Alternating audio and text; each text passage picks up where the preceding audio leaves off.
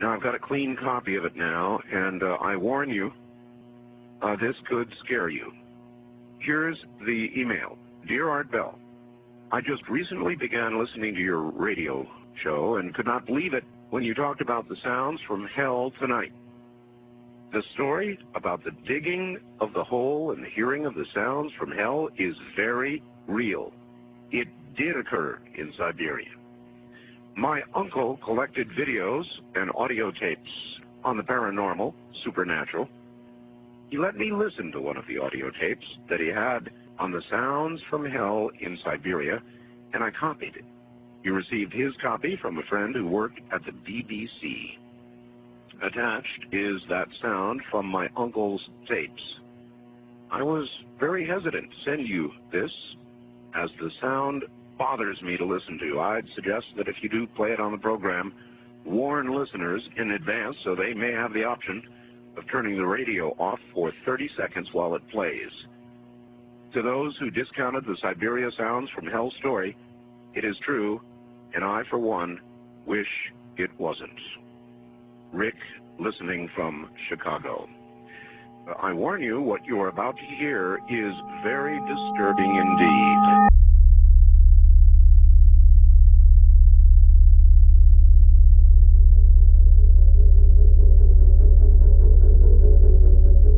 As they vied for world supremacy throughout the Cold War, the United States and Soviet Union engaged in a bitter competition of ideological one-upmanship.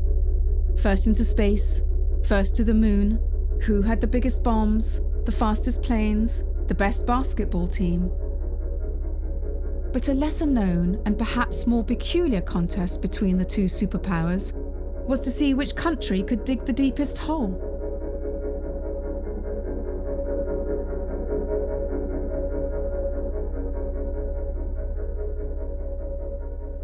Man's knowledge of the earth is a little like an ant on the surface of an apple who wants to understand the apple but cannot penetrate its skin. The skin of an apple, proportionately, is about as thick as the crust of the earth. A scientific project is underway, a project called Project Mohole, which hopes one day to drill a hole through the crust of the earth and to find out what's down there. Project Mohole was a US effort to penetrate the Earth's crust and reach the Mohorific discontinuity, a magma-filled layer 10 miles below the surface.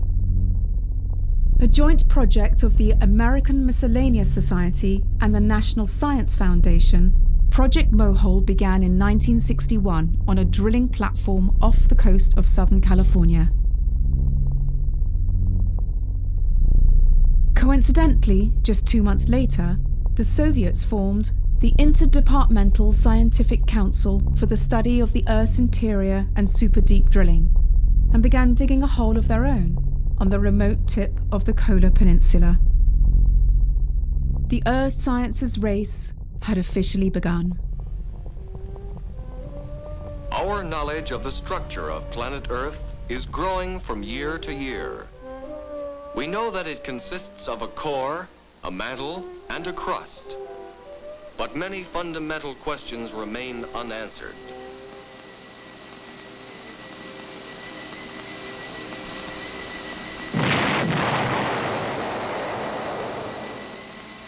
In 1966, Project Mohole had reached a depth of only 601 feet before technical issues put it on an indefinite hiatus.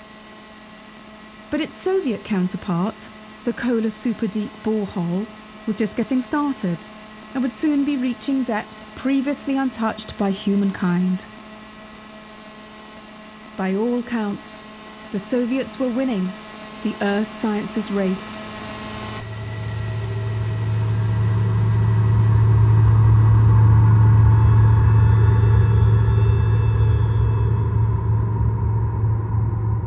Let me read to you this account.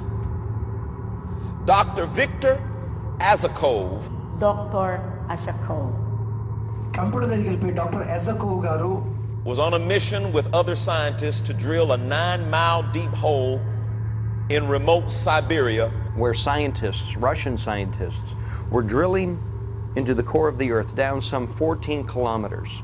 After drilling several miles into the bedrock, something strange began to happen. They were drilling and they came to a point where the drill shaft began to spin very rapid and violently. Dr.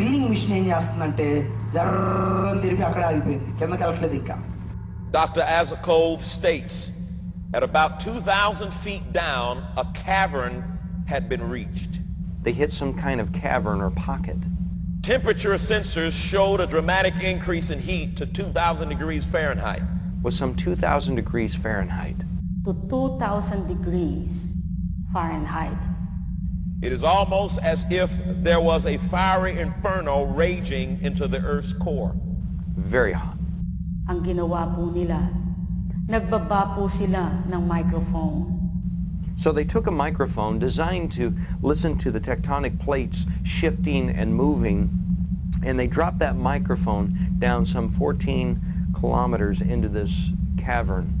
But instead of the plate movement, we heard a human voice screaming in pain. A human voice screaming in pain. We could also make out, as if in the background, the screams of thousands, perhaps millions of tormented souls. Ng actual sounds of hell. This is what they heard. Play it. From coast to coast, live via satellite, it's time to praise the Lord.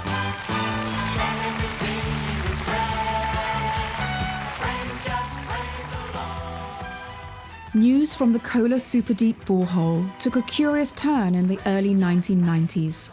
The Trinity Broadcast Network, the world's largest Christian broadcaster, reported a troubling story involving a scientific drilling project. Russian scientists had reportedly discovered a deep, unexpected cavity that was a scorching 2,000 degrees Fahrenheit and emitting a strange sound.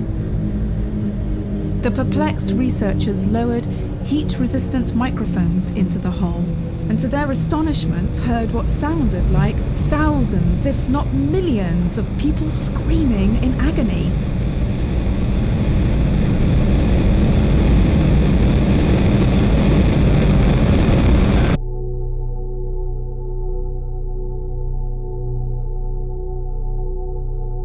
Concerned how this discovery would tarnish the communist doctrine of state-mandated atheism, Soviet officials hypnotized and erased the memories of the witnesses in an effort to cover up the incident. But not before Dr. Dmitry Azakov, the project's lead scientist, was able to escape and defect to Norway. Now living in exile, Dr. Azakov had a tape recording of the sound and was eager to share it with the world. The Russians had inadvertently drilled to hell. And this discovery, the Trinity Broadcast Network suggested, was scientific proof that hell was in fact real. Okay, first of all, where is hell located? In the middle of the earth, and it's in the shape of a human body, and it's on its back. And there's different levels, different degrees, different fires of torment. How does someone enter hell? Through a gateway. There's gateways called looks tunnels. They're kind of like tunnels or tornadoes, and they spin around and back again in the atmosphere. And they're hooked to the earth. And they call them tunnels, but Jesus calls them gateways to hell.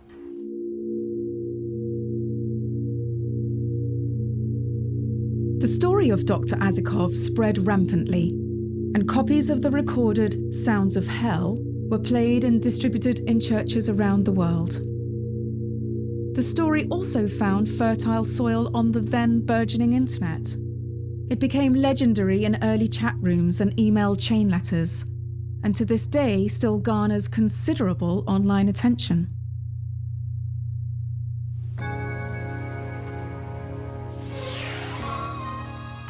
But as the story rose in prominence, it became evident that TBN's reporting was less than reliable.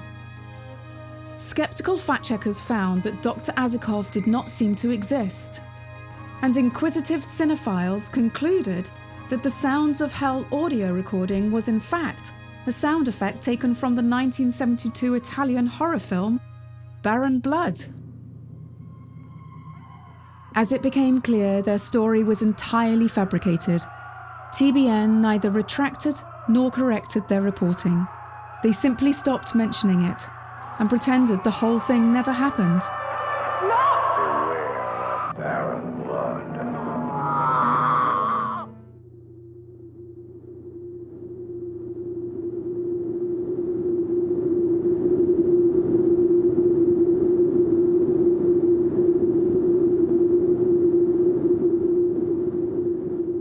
By 1994, the Kola Super Deep borehole was nearly 8 miles deep, making it by far the deepest hole ever drilled by humankind. Cores pulled from the borehole were dated to be 2.7 billion years old, and the project provided invaluable scientific information regarding the Earth's age and internal processes.